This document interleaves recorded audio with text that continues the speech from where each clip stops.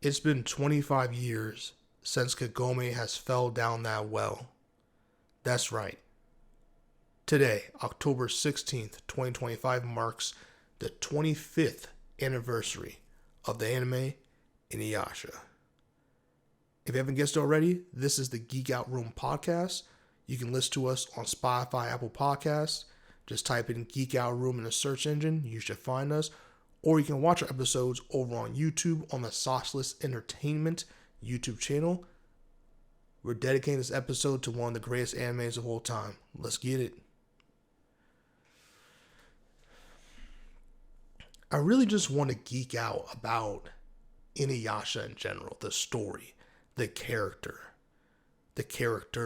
I mean, there's very few shows or movies out there where I could say I liked every character. Even the characters you're supposed to hate, like Naraku, I still thought they were badass and cool. And there's very few anime that have tender moments where it would be Kagome comforting Inuyasha after he went berserk, after, going kind of his demon blood taking over, or me having an older brother and seeing the dynamic between Inuyasha and Shishomaru, and me and my brother at the time not having the greatest of relationships and having a huge age gap. I kind of really related to Inuyasha's little brotherness, you know what I mean? So there's very few stories that could really wrap itself around me that way and make me enjoy storytelling so much. I mean, Inuyasha is one of the major reasons why I knew from such a young age, because I think it came out in 2000, so it was in 97, 98, 99, 2000, so I was about like 5, 6 years old when Inuyasha came out, and while I was like able to watch it in the U.S. So since then, I knew I wanted to be a storyteller. I wanted to write scripts. I wanted to film make. I wanted to do photography. I just wanted to tell stories, whether it be in still image or in frames. I just wanted to make a story that made people feel how Inuyasha made me feel. And I can't stress that enough. There are not many stories out there, and not just in anime, but just in fiction in general, that make me feel the way Inuyasha, the story, has made me feel. And part of it is some of the unforgettable soundtracks. Some of it is the unforgettable anime endings to each episode, or each arc. After every arc, there's a new anime ending for Inuyasha, and they're always iconic. And for 25 years straight, the fans remember, and there's still always new fans. That's what's so glorious about media. The glorious side of media to me is that things can always be discoverable.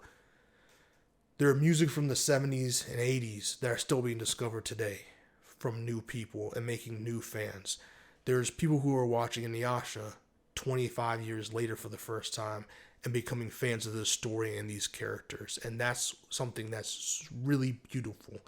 And no, I don't care who you ask, there's not one person who wouldn't want their story they told 25 years later still being relevant, 50 years later still being, 100 years later still being celebrated as one of the most monumental animes or shows in their medium. And that's something that Inuyasha has accomplished in 25 years since it premiered in an anime form.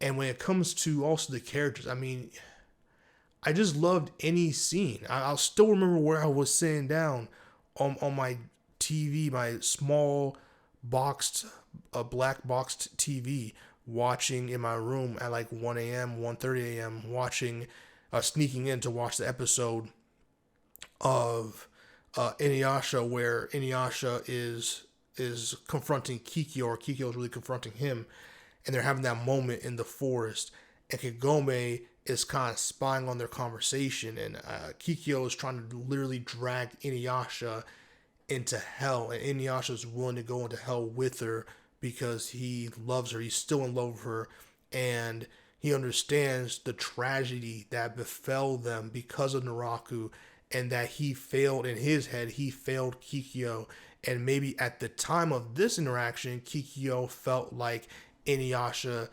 failed her as well. Or maybe she failed. Maybe they feel like they failed each other, and that thought process is what makes this thing so beautiful. Meantime, that is their past relationship, but in the present, Kagome still exists. Kagome has feelings for Inuyasha, and you see the range of emotion. You hear her thoughts. You see her visceral reaction to this, and Inuyasha not even making excuses after it's all over, because he knows, like, hey, I would have easily left you and went to hell if Kikyo dragged me there. Like that's the kind of beautiful moments that Inuyasha have. And when I mean beautiful, I mean it's just in a storytelling perspective, it's just so great that you can get so much array of emotion and really display it, whether it's not only in the soundtrack of beautiful harps or pianos, right, or flutes,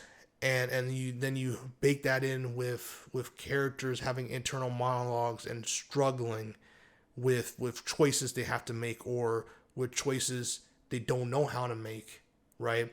You have moments where you have someone like Moroku who goes around asking every single woman to bear his children, right? And it could be easily as like played off as a gag, but then you have the episode where he's supposed to die because the curse and the wind tunnel, and the whole time you're like, wait, yeah, he's goofy and a pervert, but like he knows he's on borrowed time, and not like the borrowed time that every human being's on. He's on borrowed time, knowing the only way to avenge the father and his father before his father is to kill Naraku to break this curse. Not only save himself, but to save any children that he may have down the line. That him having children to him is a joyous thing, but it can't be unless he breaks this curse. So really it's to continue the fight. If he has kids, his kids are going to inherit the wind tunnel, and they're going to be on borrowed time, and they will have to carry on this fight to kill Naraku.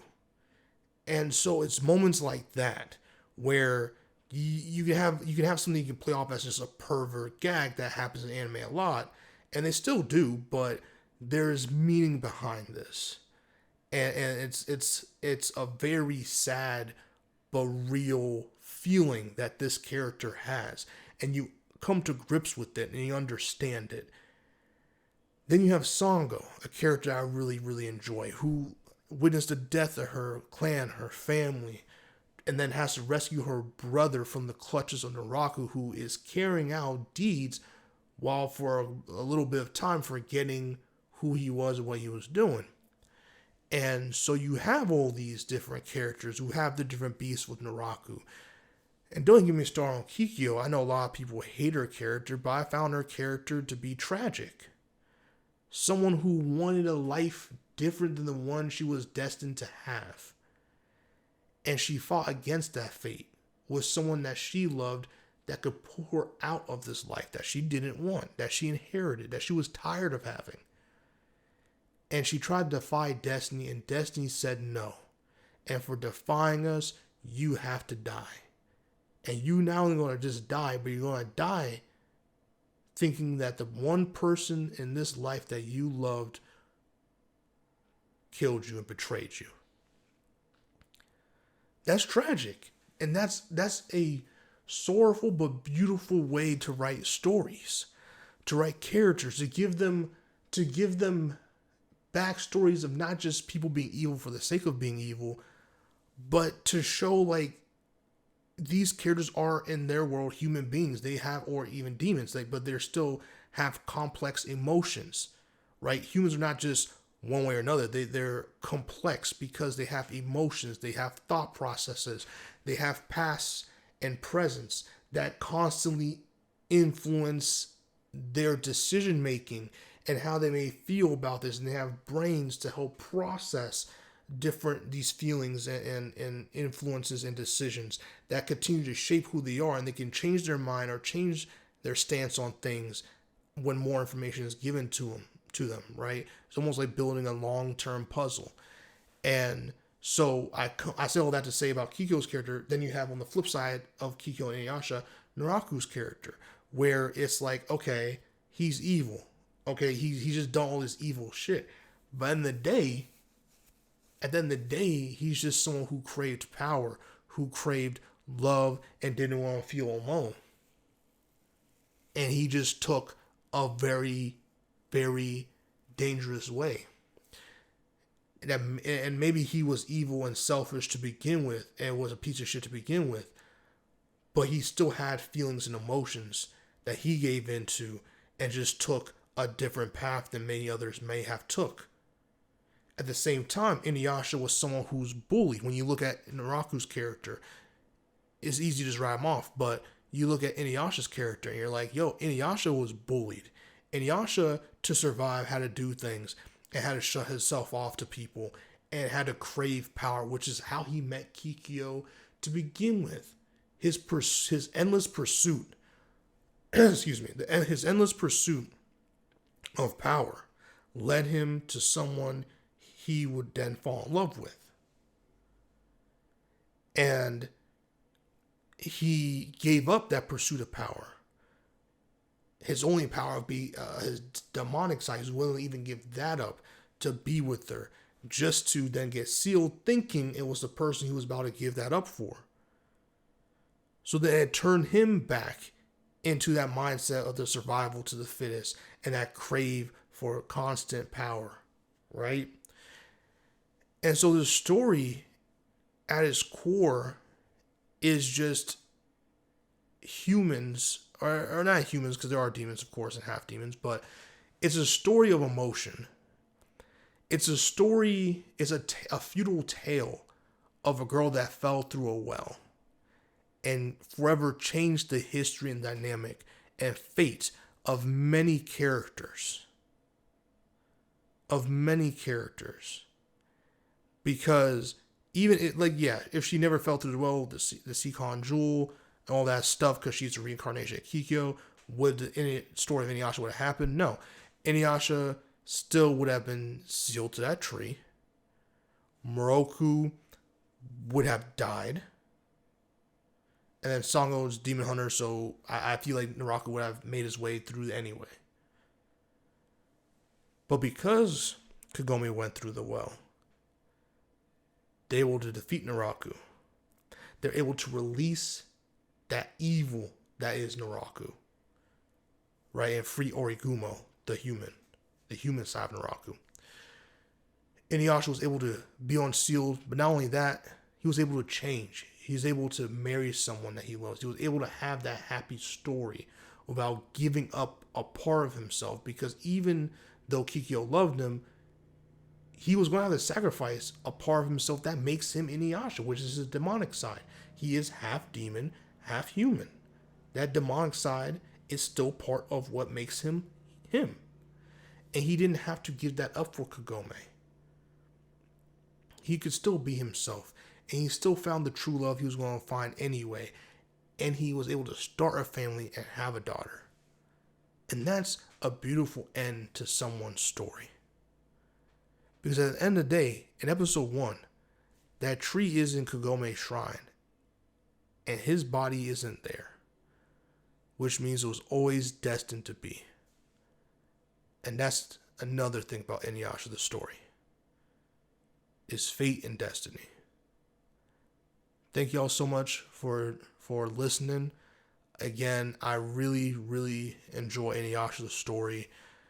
So many characters, man. Shishomaru, Shippo, the Band of Seven, Benkotsu versus Inuyasha is still one of my favorite fights of all time. It's just a story, man, that I can always go back and watch, whether it's on Netflix or I watch it on DVD or Blu-ray. It's just a story that just gives me goosebumps every time, with countless iconic moments. And I know it's not everyone's cup of tea, but I really highly suggest and recommend, when you get some time, go watch an episode or two of Inuyasha, and I promise you, you will not regret it. See y'all in the next one. Don't forget to like, comment, subscribe, and share. Keep geeking out. Peace.